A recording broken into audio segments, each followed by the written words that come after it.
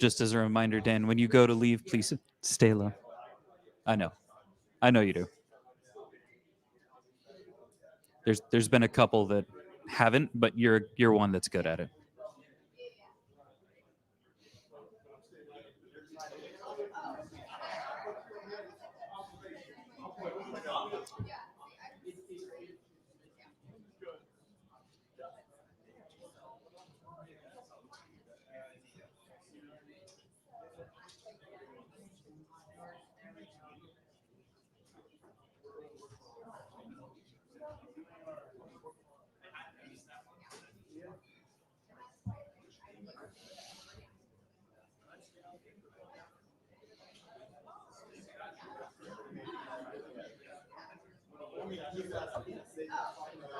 All right. Is everyone happy? Everyone plugged in?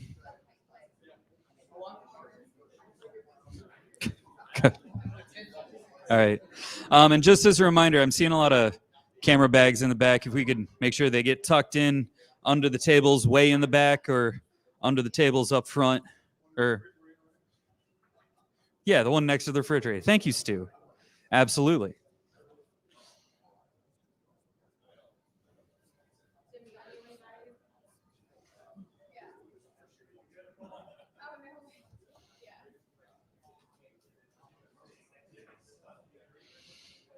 All right. Everyone hooked in the back that needs to be?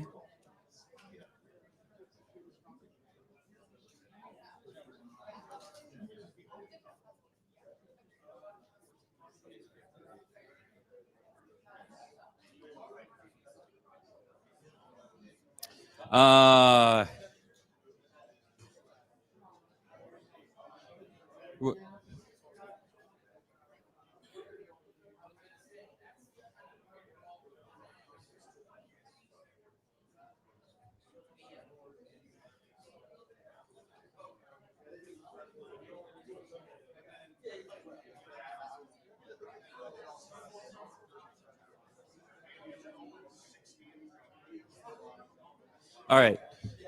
Everyone else in the back there happy? Almost. Bueller. I see someone else hooking in.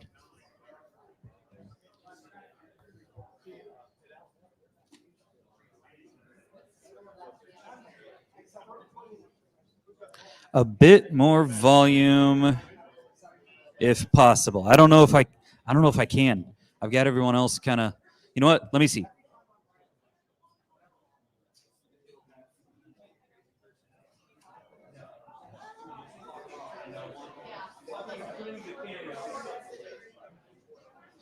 All right. That was a little more. Chuck. Hopefully BTN is happy. Mic check 1 2.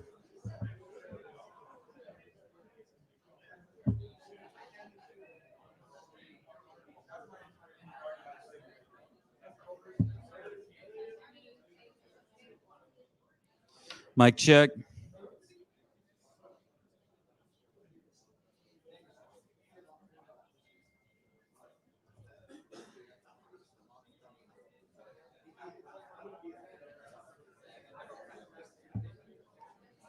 Everyone good in the back? Can I go sit down? Mic check 1 2.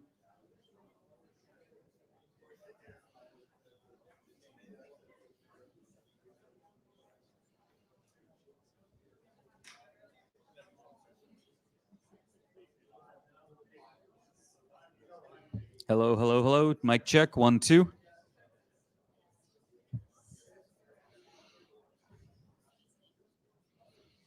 Mic check 1 2.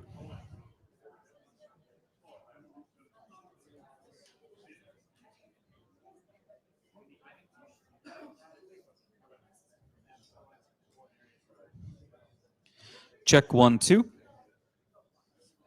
Good. Good. Oh, I'm cutting that.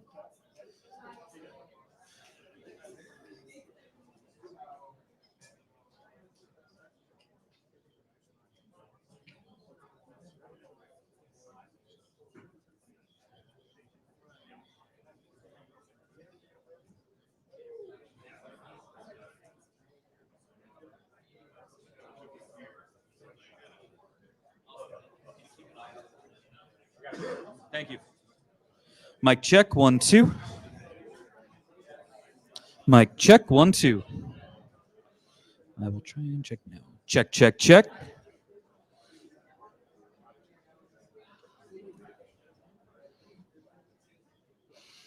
All right, everything's looking good.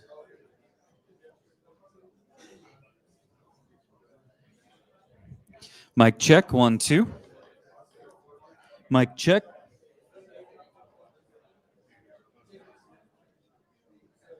Check, 1, 2.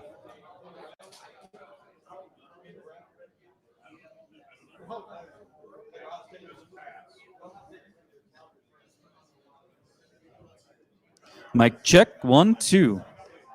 Hey, hey, check.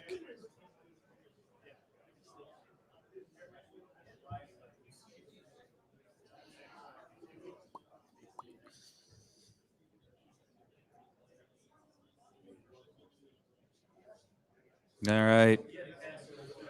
I'll hang out up here for just a little more. Mic check.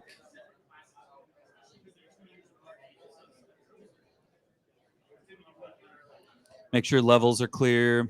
Everyone's happy.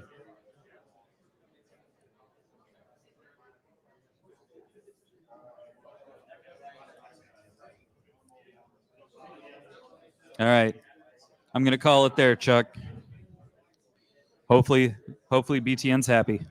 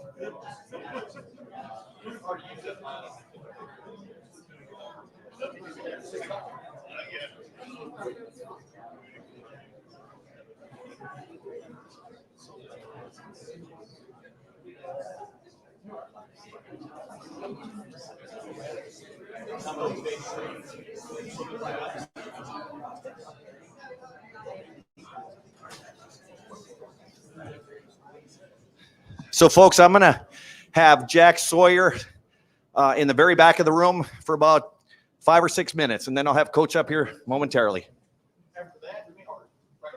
Soon as, yeah, any second, Coach.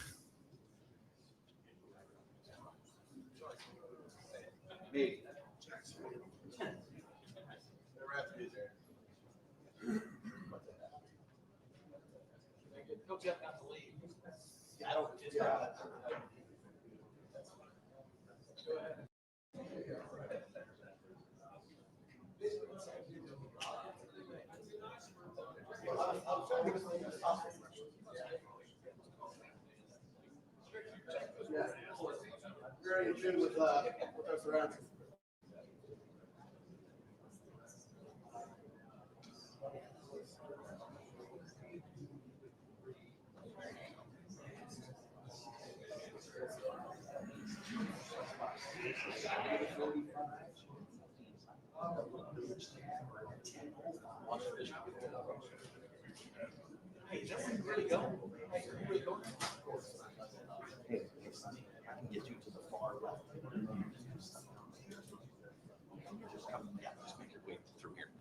All right, folks, and we're going to have Sonny Styles at the back left table then.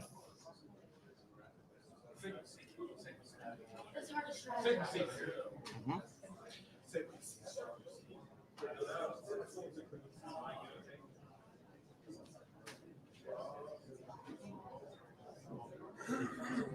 So Keith will be okay volume-wise once Coach gets here with a couple things going on in the back then? Okay.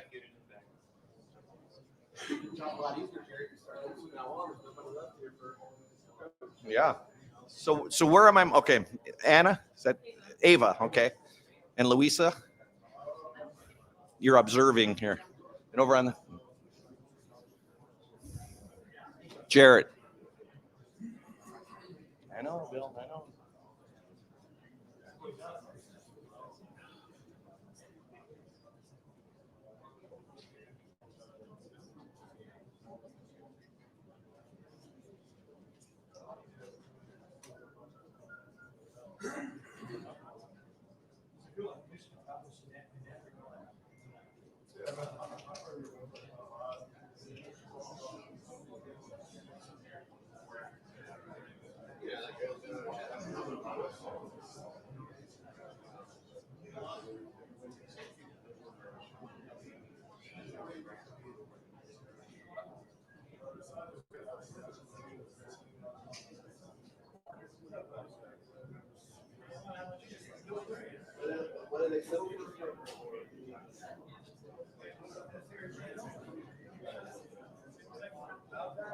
You can't go with that. First pick the Reds in 30 years. That's right.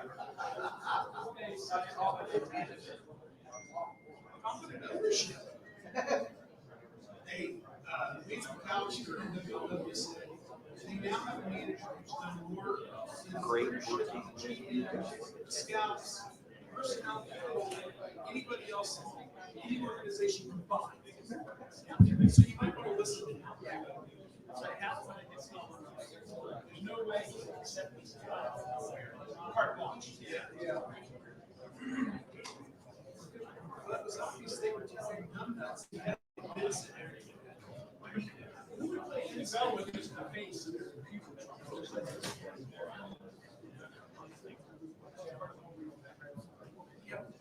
All right, folks. Thanks for being here. Thanks for covering the game. We're going to open up with questions over here to the right. Spencer Holbrook, Letterman Row, right behind you, Spencer.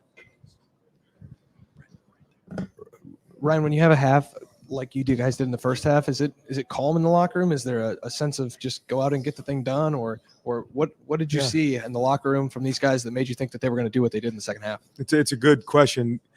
I think it's a mixture of feelings. It's almost 200 yards of offense. On defense, we had held them to under 90 yards, but 2 turnovers, didn't convert on the fourth down. I thought we worked hard trying to score there, and then the last 4 minutes of the first half didn't do that. Had the turnover. So there was, on defense there was an energy, but also even on offense, it's like if we just take care of the football, we can turn this thing and get going, because the score was probably a little bit different if we take care of the ball coming out of halftime. Then, we really wanted to come out and have a great drive, to start the third quarter.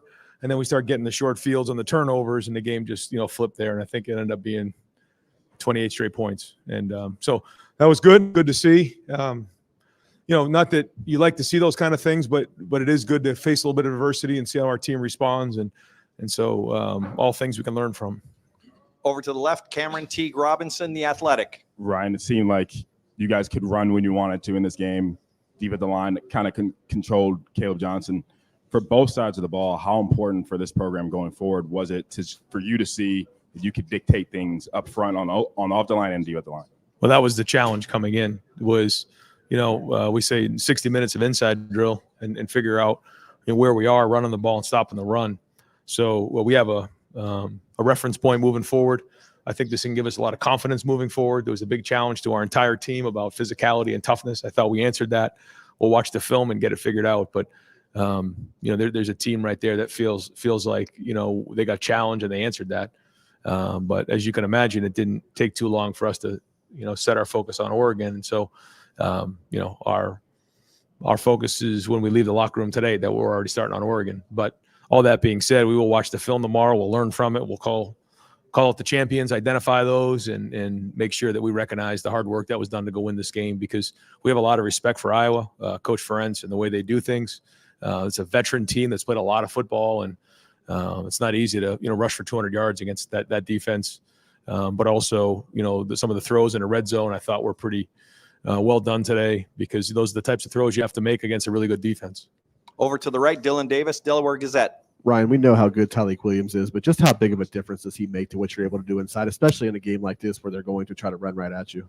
Well, there's a confidence because he's a very good player, but he also is a very good communicator. And so he's constantly talking to guys in there. And I think it's good to get everybody on the same page, but great to see, Ty Hamilton, get that, sack fumble, and then Jack. And, I thought our guys were flying around today. Good to get IGB a pick like that. I mean, those are all huge plays in the game, which helped flip. So, overall, I felt like, I don't know if I mentioned this on Tuesday, but, when you come into games, I think, especially for guys like Jack and JT, there's this, well, how many sacks are you going to get? Well, if they're running the ball every play, it's hard to get sacks. And so what do? You stop the run and then force them, go up by a couple scores. We wish we had done that a little bit sooner, force them to throw the ball, and then here come the sacks, because now there's opportunity. And I think they did that and saw some big plays happen. Okay, folks, I'm going to ask Emeka Abuka to go to that table to the right there. If we could clean off the table so he's got some room. Okay, and then we'll go over to the left. Rob Aller, Columbus Dispatch. Hey, Ryan, as a coach with an offensive background like yourself, do you appreciate more what your defense can do and is doing with the takeaways, with holding the number one, number two back in the nation to what the yardage he had? Yeah, there's no question. Yeah. And it gives you confidence to go for it on a fourth down early in the game like that, because you feel like your defense is strong, and that's a big part of it. And yeah, to get the turnovers on a short field like that is just you're constantly playing downhill when that happens. So yeah, I mean those are huge in a game, and I guess the turnovers ended up 3-2 or maybe with the downs 3-3, but those are all really big plays in the game. So. Anytime we can do that, it's a game changer. Oh, over to the right, Austin Ward, the podcast. Ryan, I know you don't pay too much attention to the stuff that's said outside the program, but it feels like maybe Emeka doesn't get the acclaim that he deserves, or at least that you guys feel for him in the locker room. I don't know if you can assess that or not, but what is his value to this offense? Yeah, I think Emeka is one of the best receivers in the country, and it hurt him last year to have the high ankle sprain, but when you think about where he was, the year before and now what he's doing now, you see a complete player. He's the captain of our team. He's a warrior. He does all the dirty work like he did in the Michigan State game. But then to see him come back and have 3 touchdown catches and contested all 3 of those was huge. And so no, he's a leader. He's a warrior, and he's I think again one of the better receivers in the entire country. And he's only getting better the more he plays. Joey Kaufman, Columbus Dispatch.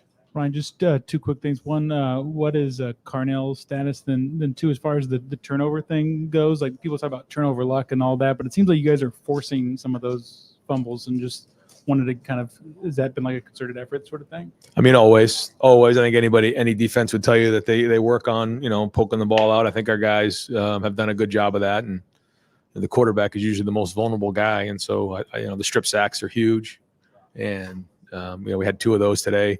The interception was well done. But again, when you force a team one-handed, then now you have more opportunity to get turnovers, and so that's big. In terms of Carnell was available. He could have played. Another one of these situations, we decided to hold him. If we needed to put him in the game, he absolutely could have played. But we just felt like it was the right thing to do to hold him, and hopefully we'll have 100% Carnell going into next week. Over here to the right, Pat Forty, Sports Illustrated. Ryan, you knew Jeremiah Smith was an elite talent coming in, but what about him made him ready to contribute and be a huge impact right away? I think probably overall maturity. What I mean by that, like his physical maturity, he's big and strong, as you see, and so that's important. I think the next thing is his emotional maturity. This is somebody who practices hard every day. He's avoided distractions up until this point. He stays disciplined, practices really hard. I know that fumble is going to absolutely kill. It's going to bother him. And I think that's what makes him great. But he also has a lot of confidence, and we have a lot of confidence. That we go right back to him and know what he's capable of. So he's got a great, coach in Brian Hartline. He's got a great mentor in Emeka Abuka. But he also came in with a great work ethic and a great mindset. But also, physically, he's big and strong, which allows him to get on the field sooner. Bill Rabinowitz, Columbus Dispatch. This was the best defense Will Howard has faced. I'm sure he had the pick. He had some throws probably would like to have back. But then he obviously rebounded second. How would you kind of assess his performance and what you think he got out of this game? I think he's going to get confidence coming out of this game. But I think when you have a couple things you'd like back, you learn from those. And there's also, he doesn't get rattled, and there's times where, I even try to rattle him in practice and he doesn't. I mean, he kind of looks, I got you, coach. All right. And that's a good sign for a quarterback. And I know he would like to have, that throwback and, a couple other things, but I thought, the throw to Jeremiah on the double move was excellent. And some of those throws down in the red area, the one in particular to Emeka in the corner of the end zone here on the close side was a tremendous throw and catch. And And he did make some nice third down throws. And even the third down throw he made on 3rd and long to get it to 4th and manageable. We probably were going to pooch there, but he got enough. Jeremiah got it to, I think, was it 4th and 2 or 4th and 3. And then he converts on the 4th down. I mean, those are huge plays. And then the red zone throws. So that's winning football. And then when you add that into, him making a few plays with his feet, that's sort of the X factor right there. Tim May, Letterman Row. Thank you, Jerry. Ryan, just 2 quickies. Number one, are you more proud, this is like asking which kids you like most, but are you more proud of the way the offensive running game went today, or are you more proud of the defensive play against the rush? I mean, obviously we talked about earlier. I mean, that's 2 kids you got to love, I guess, at the same time. But that was the challenge. Run the football, stop the run. And it starts with the guys up front. I thought the offensive line played hard. I thought Justin prepared them. I thought the plan was good with everybody on the offensive staff. I thought Chip, put a good game plan together, called a good game. I thought the running backs ran hard again. I mean, physically hard. But the defense really showed up. And it started off with a really good week of Tuesday and Wednesday. We had our second offensive line go down and give a great look. And Tuesday was okay. Wednesday was much better. And then, the guys really showed up on Saturday. So if we can keep grinding on these, Tuesday and Wednesday practices, we can keep building on this, because that's, to me, what the difference is. And, we're going to need a big week of work this week against Oregon. You already mentioned Oregon. I mean, it's already on your mind and stuff. How big a game is this mid-season? I mean, can you put it in perspective? They're all big, but, I think just the way the schedule's played out, the competition is ramped up each week. Yeah, just the way that it played out. And here we go. I mean, this is going to be a great opponent, and we're looking forward to going across the country and playing it. Folks, we're going to have 3 more questions for Coach David. In the meantime, I've got Donovan Jackson at the back table. Over to the left, Bill Bender of the Sporting News. Right here. You already said it. Tim kind of touched on it, but the drive to open the game, drive to open the second half, kind of mirror good mix of run and pass. Was there a discussion at halftime like we want to come out and run the ball? I think it was 5 straight, and it set up that deep shot. Yeah, I mean, we always want a good mix. And to your point, when the runs are hitting for 4 and 5 and the balls are being completed, that makes it easier. But you're right. I thought both of those drives were well orchestrated, well designed, and well executed. And I think that's when we're at our best, when you feel like, okay, you got some run, you got some pass, you're converting on 3rd down. And that's what we're capable of, and that's what we expect. Over to the right, Jake Trotter, ESPN. Right. Back to Jeremiah, those 2 catches in the 3rd quarter, how did they help change the game? Yeah, that was a big point in the game, and I think it was 3rd and 6 or 7, and we caught them in a bracket coverage and executed that double move, and you only get a couple of those in practice where you can actually get it. But the key to me, I thought the throw and the catch was excellent, but the protection on a double move has to be really strong because it takes time. And I thought I'd like to see how much time that actually took on the watch. My guess is probably longer than 3 seconds. Anytime you get that kind of protection, that's huge. And so that was a challenge for the offensive line. We knew that on that play we could get a next play if we were able to hold on, and we did. And then Will and Jeremiah did the rest. And then to come right back with the one-on-one was a big time play. Yeah. And final question for Coach Steve Hellwagon, 24/7 Sports. Coach, I want to ask you about the linebackers, Sonny Styles, Cody Simon. It just feels like with each game, you're feeling Sonny Styles' presence a little bit more. He seems like he's getting comfortable and confident. And that series down on the goal line where they didn't let him off the goal line right before halftime, those guys really stood up. Yeah, they did. And you look at Higgins for them, number 34. I think he had 171 tackles last year. How many inside zones has he seen in his life? And you think about where Eichenberg was, and you think about some of the great linebackers that are out there. They've played a lot, they've seen a lot. They're able to diagnose plays, and the more Sonny plays, the more he's able to learn and diagnose those plays faster. And Cody played strong in there. Arvell was in the mix. Safeties were strong. Lathan came up, made some plays. Caleb played well again. So they were all involved with it. But no, good to see Sonny get more and more of those reps, because every rep he gets is an investment in his future, and he'll play faster and faster the more he plays. Great. Coach, thank you very much. Thanks, guys. All right, if we can start to wrap up with Emeka Abuka, and then we're going to bring Will Howard up for a mini lightning round.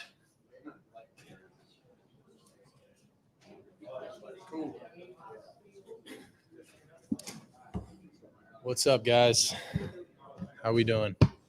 All right. Well, we're going to open up to the right. Stephanie Odie, 97.1 The Fan. Coach just talked about how he thinks that you'll have more confidence after this game and that he's even tried to rattle you at practice, but he just isn't able to shake you. Can you just speak on your gameplay in those moments? Yeah, I mean, that's a big emphasis, and I say it every week. You know, obviously you don't want to have the turnovers and the bad plays, but the thing is you know, it's going to happen. It's football, and you know, you're not going to be perfect, and that's just the reality of being a human being. And it's all about how you bounce back. And in my long career, and one of the things that I've learned is that, you know, you can't let the play before affect the next play. And I think I've gotten a lot better at that as I've grown and gotten older and just had more reps and more experience.